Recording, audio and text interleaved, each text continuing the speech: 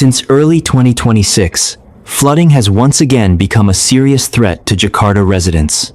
High rainfall triggered by global weather phenomena, coupled with classic urban planning issues, has caused repeated flooding in various areas of the capital. By the end of January 2026, hundreds of neighborhoods had been affected, dozens of roads were paralyzed, and thousands of residents had to deal with disrupted daily activities. So, how did this series of floods occur, and what are its impacts on Jakarta?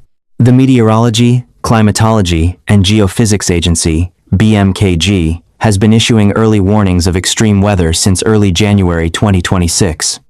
The combination of the rainy season, Asian monsoon winds, and the effects of La Niña have increased the intensity of rainfall in the greater Jakarta area.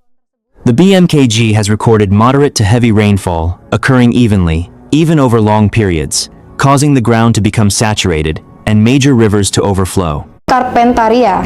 Selain itu, bibit siklon ini membentuk pertemuan atau konfluensi dan perlambatan angin atau konvergensi di sekitar wilayah Samudra Hindia Selatan Pulau Timor, Laut Arafuru, Maluku bagian tenggara, dan pesisir selatan Papua Selatan bagian selatan.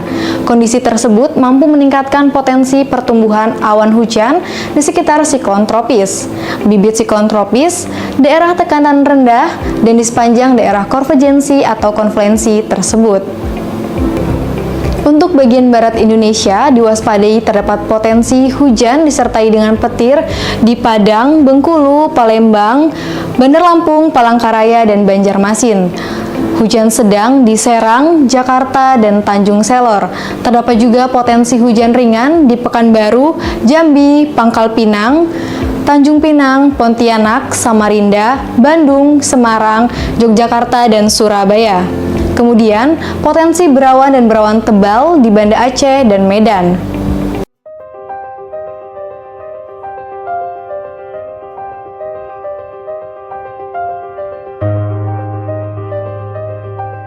The first flood of 2026 occurred on January 12.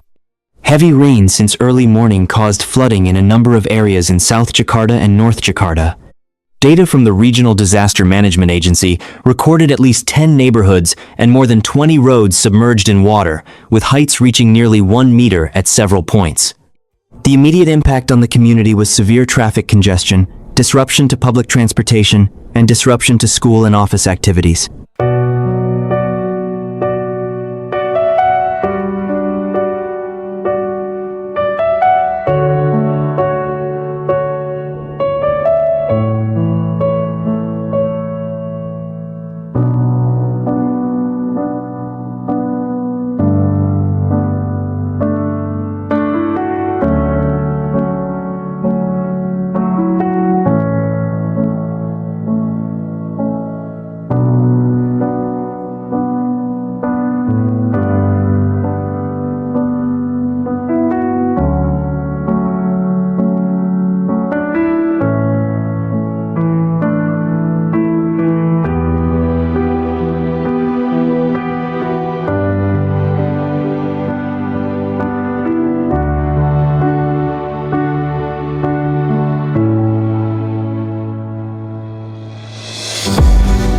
Before it had fully recovered, rain returned to Jakarta in mid-January.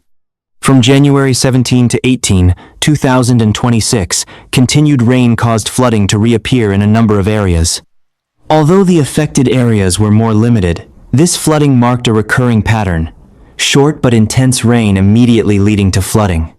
The Regional Disaster Management Agency stated that the drainage systems in several areas were unable to accommodate the water discharge in a short period of time.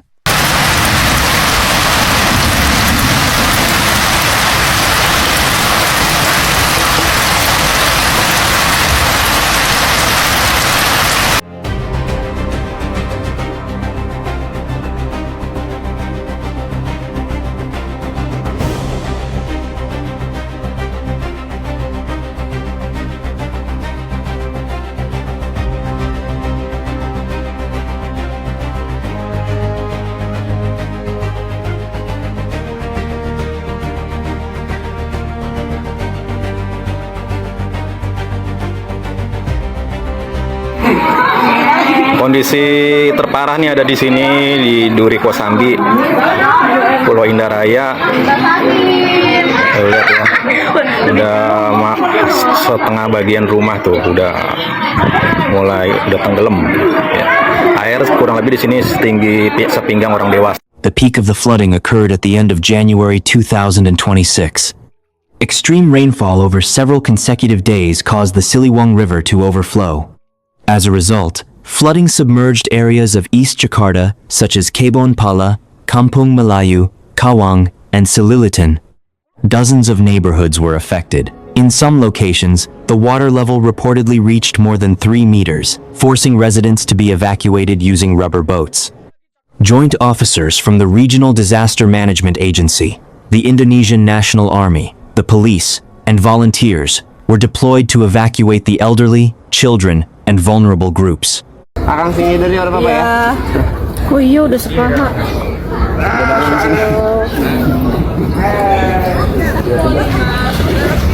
Bapak ini ada bantuan. Terima ya Bapak. Soalnya di sini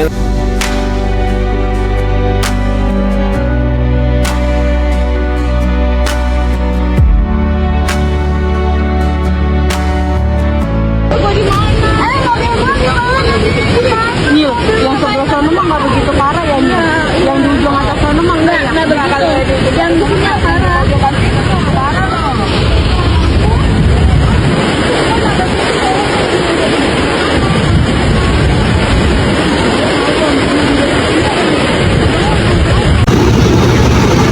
ini yang melintas dari Jakarta ke Tangerang dan Bogor. Dalam dia setinggi paha orang dewasa. Jalanannya ya hati-hati, motor nggak bisa melintas, mobil segitu setinggi paha orang dewasa. Semoga bermanfaat, terima kasih. Mana orang yang suka panggil hujan kulu macam itu? Tengok, apa macam kawan-kawan ini sudah turun. Sapa, you orang betul-betul telol. Kita mau kerja pun tak boleh. Tengok, semua lecak. Baru pukul berapa sudah turun hujan. Flooding in Jakarta is not just a matter of rain. In addition to extreme weather factors, experts believe that flooding is exacerbated by structural problems, such as river narrowing, land use change, suboptimal drainage, and development in water catchment areas. This combination of natural and urban planning factors makes Jakarta highly vulnerable to flooding, even when the rain does not last too long. As soon as the rain begins to fall, Jakarta starts to flood in several areas, and severe traffic congestion is inevitable.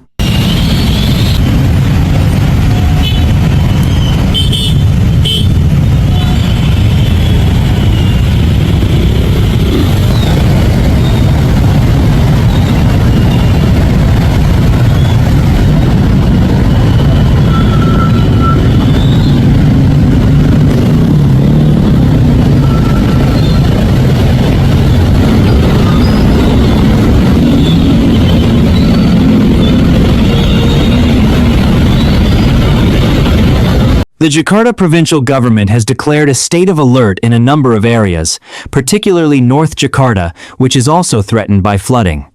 Measures taken include free health services for flood victims, 24-hour operation of water pumps, dredging of rivers and waterways, preparation of evacuation sites. The Meteorology, Climatology, and Geophysics Agency has stated that there is still potential for rain until early February 2026. Teman-teman ketika datang ke sini kan gelap gulita karena modifikasi cuaca dan sekarang udah diterbangkan, maka kita merasakan sekarang matahari bisa kita lihat bersama-sama. The series of floods in early 2026 serves as a reminder that Jakarta's flooding problem has not been fully resolved.